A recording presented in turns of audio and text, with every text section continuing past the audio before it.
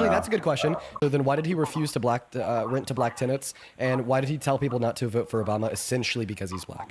Why did he get a lot of minority votes, and why do a lot of black people support him? Why did some women lead anti-suffragette movements in the 1920s?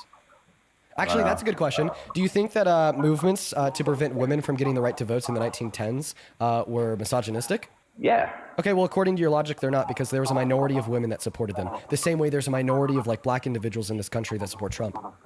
How is it a minority of people? There's a lot of... Because over 50% of black Americans do not support Trump.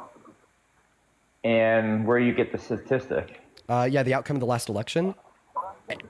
And the fact that right now Donald Trump's approval rating countrywide would be 37%, and that's going to be the average American. Even if we were to assume that same approval rating were to be true of black Americans directed towards Trump, that would still mean that only a minority of black Americans support him. So when we would consider the outcome of the last election, when we'd consider the fact that there's a significantly smaller amount of black Americans that support Trump in comparison to white Americans, and the fact that white Americans account for around 53% of the population, meanwhile black Americans account for around 14, and the overall approval rating for Donald Trump is 37%. This would mean that it would be disproportionately lower for black Americans, suggesting an approval rating, I'd say, below 20 or so percent, which of course can be confirmed with polling from the election or polling since the election, which would likely represent an even lower suggestion of approval.